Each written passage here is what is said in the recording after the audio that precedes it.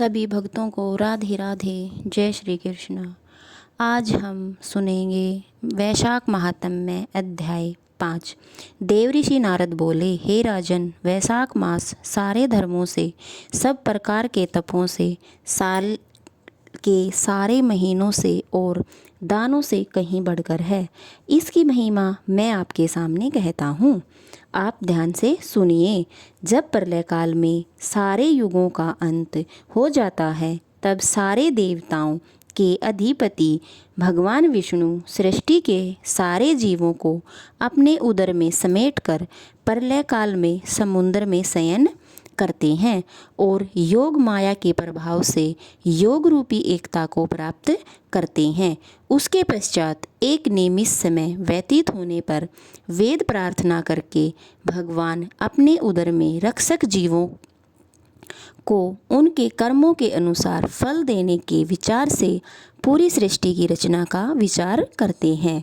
ऐसी स्थिति में त्रैलोक्य में आधार स्वरूप सोने का कमल उनकी नाभि से प्रकट होता है।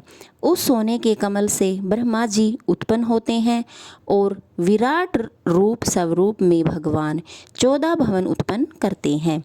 इनकी उत्पत्ति के विभिन्न प्रकार के धर्म और आश्रय हैं। ऐसे अनेकों समूहों की उन्होंने रचना की है और सत, रज और तम इन तीनों गुणों की रचना की है। प्रकृति, मर्यादा और 14 भवनों के स्वामियों की रचना की है। इसके पश्चात वर्ण आश्रम धर्म की स्थापना करके उसका विभाजन करते हुए धर्म के भावी श्रम की कल्पना करते हुए 4 वेदों, तंत्र, मंत्र, स्मृति, पुराण, इतिहास आदि की रचना करते हुए प्रवर्तक ऋषियों को प्रकट किया है। इन ऋषियों ने अलग अलग वर्णों में अलग अलग प्रवृत्तियों की रचना की है। इसके पश्चात स्वयं भगवान विष्णु पृथ्वी पर मनुष्यों द्वारा धर्म की व्यवस्था की इस दशा को देखने आए। मनुष्यों की धर्म प्रवृत्तियों को जगाने के लिए वे वहां आए। यहाँ आकर मनुष्य जाति की दशा देखकर भगवान की चिंता बढ़ गई। वे मनुष्यों की धर्म पालन की स्थिति को देखकर चिंता करने लगे। मेरे द्वारा निमित्त इस वर्षा काल में सभी दुखी हैं और मनुष्य का जीवन पूरी तरह अस्त व्यस्त हो गया है। इस तरह सभी धर्मों के पालन करने में भी कठिनाई हो रही है। शरद ऋतु में सभी अपने खेतों में लगे हुए हैं। इसी कारण से धर्म का पूरी तरह पालन नहीं हो रहा है। कोई पके फल की आशा करता है, कोई वर्षा में पीड़ित है, कोई शीत से पीड़ित होने के कारण धर्म से विमुख है। इन प्राणियों की दशा देखकर मुझे क्रोध होता है।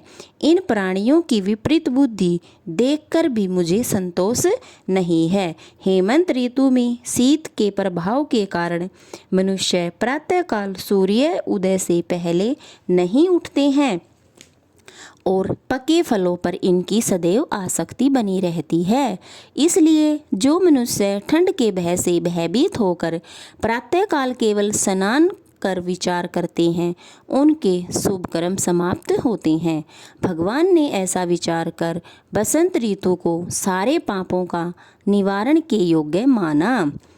भगवान ने विचार किया कि स्नान, ध्यान, दान, यज्ञ, क्रिया, भोग इत्यादि सारे कार्यों के लिए और धर्म की साधना के लिए ये ऋतु बड़ी ही उपयोगी है। सारे प्राणी इस ऋतु में सारे भोग्य पदार्थों को सहजता से प्राप्त करते हैं। सारे द्रव्य पदार्थ बसंत ऋतु में सभी प्राणियों को सुखदायक मालूम होते हैं।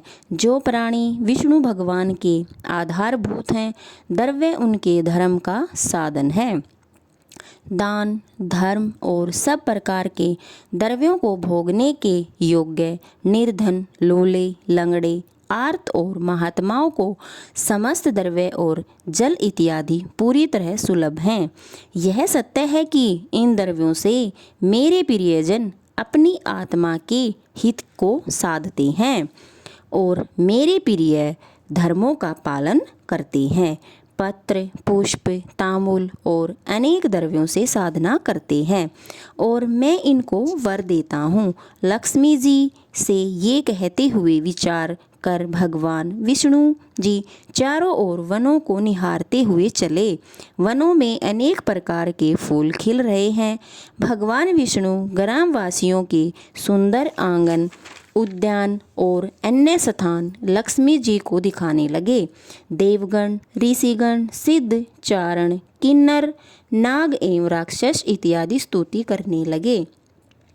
इस प्रकार वर्णाश्रमियों के घरों में जाकर मीन की संक्रांति तक समस्त देवताओं सहित श्री विष्णु जी और लक्ष्मी जी निवास करके सभी जीवों के कर्तव्यों व अकर्तव्यों का अवलोकन करती हैं।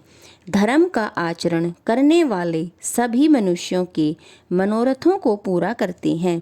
जो मनुष्य धर्म से विमुख होकर दूर हो रहे हैं, उनकी आयु और धन का हरण करते हैं। वैशाख मास में जो मनुष्य भगवान विष्णु का पूजन करते हैं लेकिन अन्य महीनों में नहीं करते, जब भी भगवान उन पर दया करके उनके अपराधों को दयावान भगवान क्षमा कर देते हैं। जो साधक वैशाख मास में उत्तम रीति से पूजन करते हैं, उन्हें मनवांछित फल प्रदान करते हैं।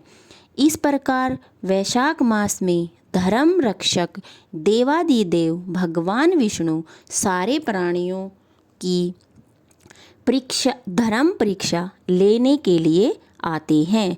इसलिए साधक को चाहिए कि वे भगवान की इस परीक्षा में खरा उतरने का प्रयास करें। सभी बोलो भगवान विष्णु की जय। राधे राधे। वैशाख महात्म्य का 5वां अध्याय संपूर्ण हुआ। हरे नारायण नारायण नारायण हरे हरे। कल फिर मिलते हैं अगले अध्याय के साथ। सभी भक्तों को दिल से धन्यवाद, जो वीडियो को देखते हैं, सुनते हैं, कमेंट करते हैं। इतना सारा प्यार देने के लिए सभी को धन्यवाद। राधे राधे। जय श्री कृष्णा। एक बार फिर सभी भक्त बोलिए राधे राधे। हरे नारायण नारायण नारायण हरे हरे।